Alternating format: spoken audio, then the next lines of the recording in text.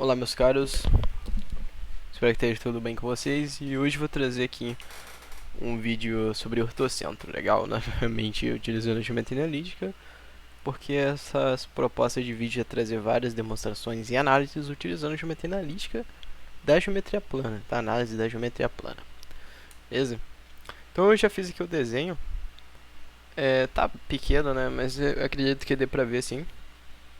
E é o seguinte, eu vou explicar aqui, né? Como ortocentro isso já é estudado na parte de geometria plana, é encontro das três alturas.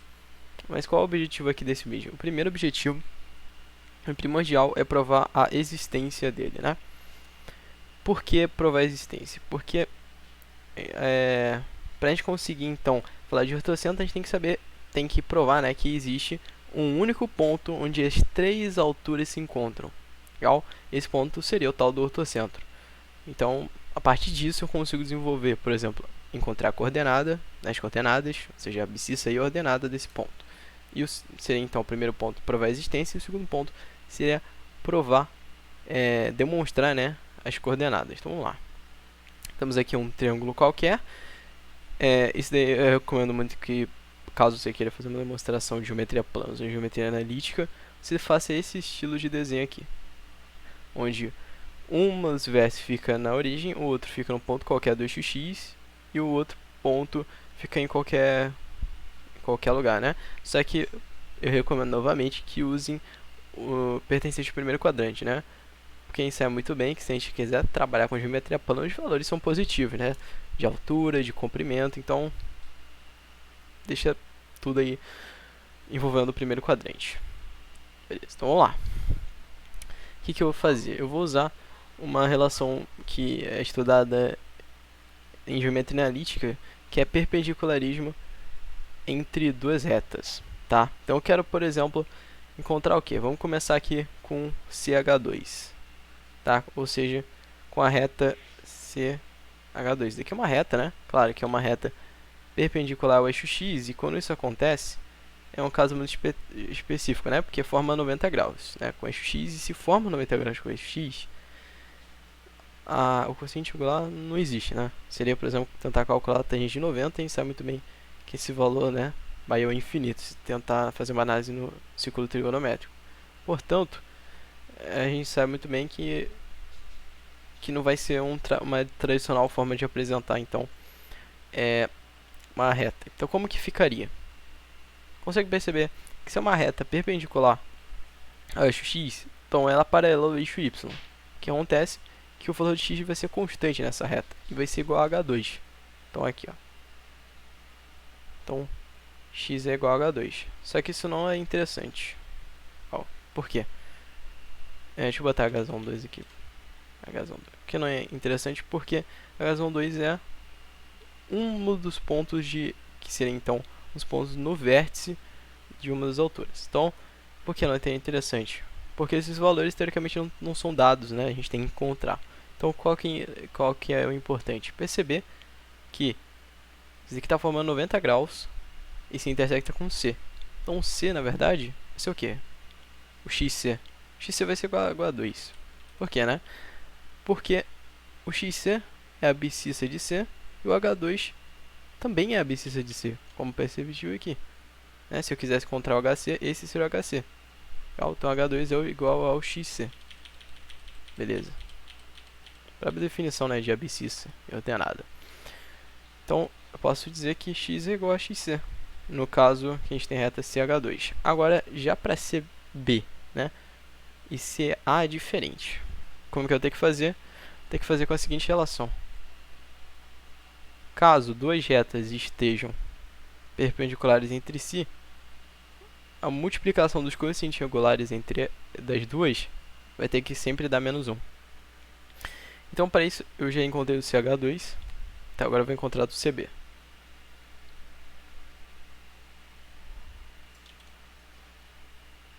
Então, o do CB, como vocês conseguem perceber aqui, ó, seria entre CB, que formaria então o H1A, né, o H1A e o CB, né, seriam essas duas retas que são perpendiculares entre si. Então, vamos lá.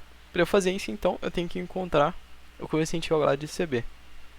E, para quem não consegue lembrar agora direto, o coeficiente angular de qualquer reta é a variação das ordenadas sobre a variação das abscissas. Então, como é que vai ficar? Fica assim, M CB vai ser igual a delta y sobre delta x. Claro, eu poderia tentar encontrar a equação da reta, só que ia perder muito tempo, porque eu só quero saber do coeficiente angular. Então, como é que vai ficar? Vai ficar xc menos a sobre o quê? Yc menos 0, né? Só yc. Beleza, então vamos lá. Você tem isso daqui, então o m a h1, né?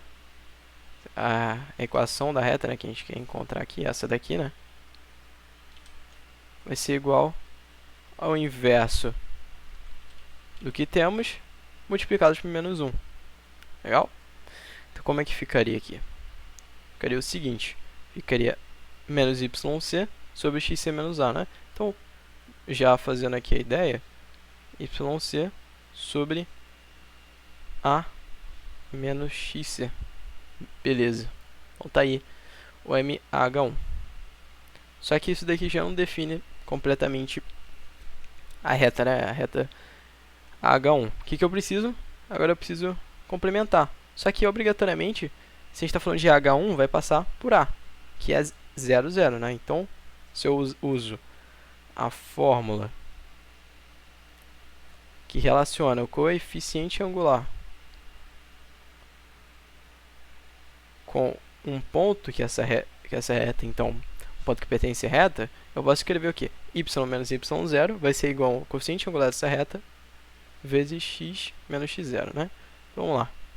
Ficaria y menos 0, y, MH1 vai ficar HC sobre A menos XC vezes o quê?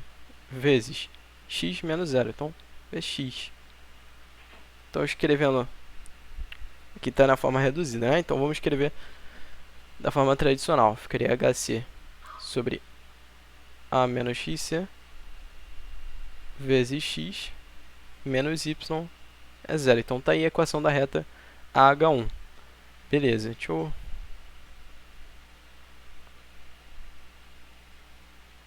Pronto, só queria aqui para marcar, para ficar melhor de visualizar. Beleza, então, vamos lá. Agora eu vou falar então do que? De CA, né? Que então a gente encontraria a equação da reta de H3B. Ou BH3, né? Não importa. Então vamos lá, CA é o seguinte. CA vai ser o que, né? Quero só saber o coeficiente angular. O coeficiente angular de CA, delta y sobre delta x. Então vai ficar xc, perdão. Ih, caraca. Olha só que postinha aqui que eu fiz, hein? Deixa eu só ajeitar aqui, então. Deixa eu pegar a borracha que é melhor.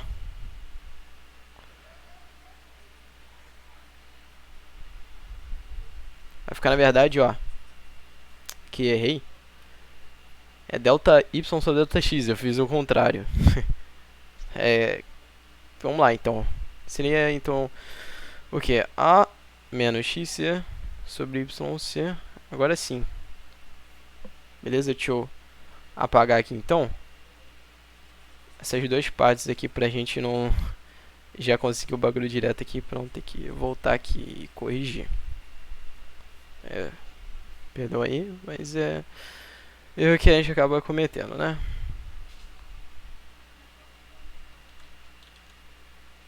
Sobre yc.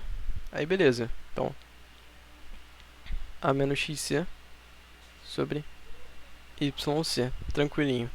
Tá, agora sim vamos fazer essa parte aqui de baixo corretamente, né? Não igual a parte de cima. Vamos lá, então delta y, agora sim, ficaria yc sobre xc. Tranquilo? Beleza. Então, né? Se multiplicado vai ter que dar menos 1, então seria o inverso multiplicado por menos 1. Então, o m de b h3 vai ficar o seguinte: menos xc sobre hc. Beleza. Como a gente está falando da reta BH3, ela obviamente vai ter que passar por B. Então, utilizando aquela mesma equação que eu usei em cima, vamos ter o seguinte, ó.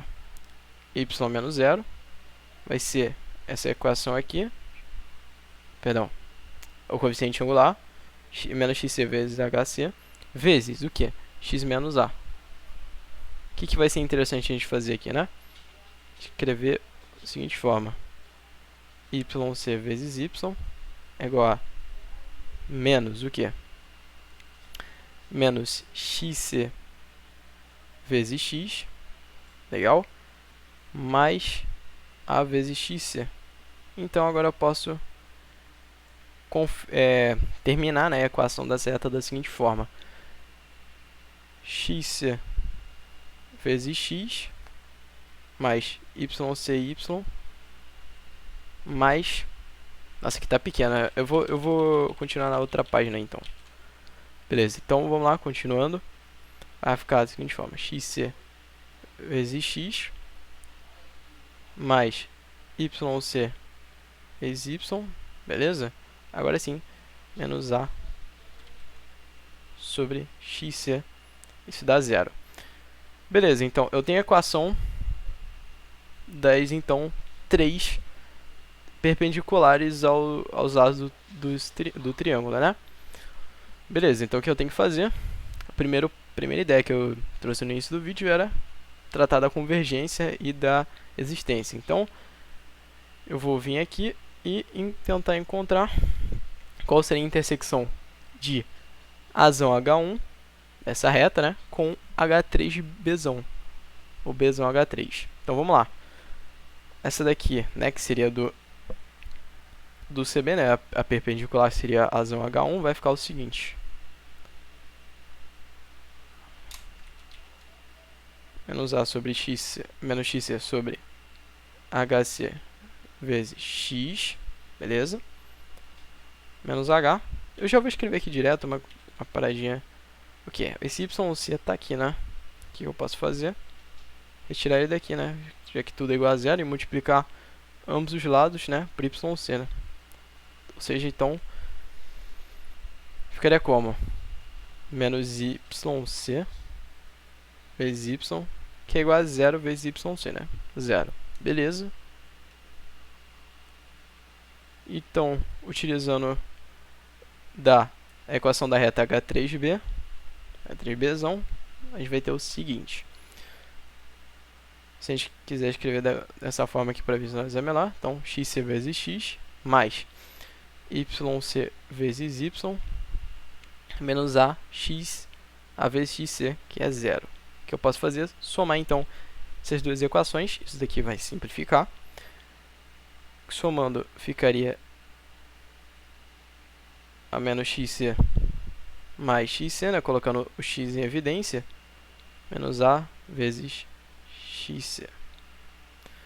Isso daqui vai simplificar, menos xc mais xc, vai ficar então que a vezes x menos a vezes xc é 0. Colocar o a em evidência e analisar. A vezes x menos xc dá 0. Vamos lá. Quais são as opções? A igual a 0 ou x igual a xc. Cara, vamos analisar aqui na figura. Se a for igual a 0, então ponto A é igual ao ponto B, né? São coincidentes. Legal? Se eles forem coincidentes, tem um problema, né? Porque esse daqui não seria um triângulo, isso daqui seria uma reta, né? Seria um segmento, né? Se a gente for pensar assim. Então, não pode ser. Então, A, obviamente, fazendo essa análise, não pode ser igual a 0. E assim, x é igual a xc. Então, encontramos aí qual seria a abscissa do ponto de intersecção.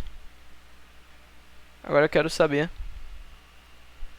quem que seria a ordenada do ponto de intersecção, que como que a gente faz? Substituir em qualquer uma. Qual que eu vou substituir na mais fácil, né? A mais prática. Então, A menos xc vezes x tem que ser igual ao quê? A yc vezes y. Então, o y vai ser igual a menos xc vezes x sobre o quê? Vamos lá. Sobre yc. Beleza. Vou substituir o x que eu encontrei, que tem que ser igual a xc. E vai ficar o seguinte. A menos xc vezes xc sobre yc. E por fim, o y vai ter que ser igual a xc sobre yc vezes a menos xc, né? Só ordenando aí. E o que eu posso fazer agora, né? Eu consegui então encontrar a intersecção de duas das alturas. Legal? Seria esse ponto de abscissa xc e y xc sobre yc vezes a menos xc. Agora tem que fazer o que? Ver, né, se a CH2 vai intersectar as duas nesse ponto, legal? Para então provar que realmente acontece isso. E para isso eu preciso só encontrar a intersecção dela com uma dessas duas. Então vamos lá. A equação da CH2 vai ficar, né, como já vimos, x igual a xc. Beleza? Então x igual a xc. E a outra aqui eu posso pegar qualquer um. Vou pegar novamente a mais simples de a gente trabalhar. A menos xc vezes x menos y cy, que é 0. Então o que eu vou fazer? Eu vou substituir, né? Já que tem que ser simultâneo. Então, vamos lá.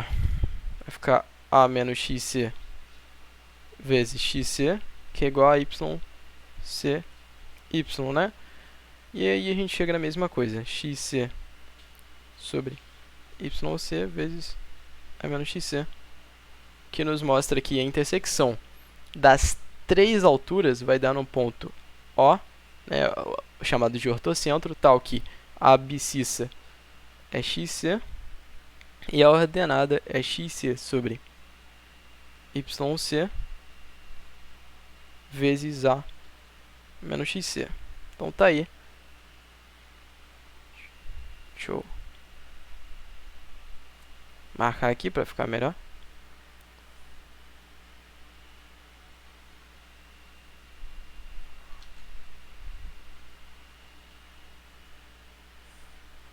Então tá aí o ponto, né, que seria o ortocentro, a coordenada dele. Então tá aí. Eita. Às vezes tem usado um ponto e vírgula, né, para determinar a coordenada. Mas é isso aí. Então tá, eu acabei esse vídeo mostrando como é que então consegue encontrar as coordenadas do ortocentro e também a convergência e existência dele. Então é isso aí. Espero que tenham gostado do vídeo. Ficou um vídeo bem, como que eu posso falar? Bem formalizado, né? Porque tem que seguir um processo, né? Que você vai ter que fazer nos três, resolver esse sistema de equações literais, né? Já que não tem número, é só constantes, né? Variáveis, constantes e variáveis, legal? E é isso aí. Obrigado por assistir o vídeo. É isso.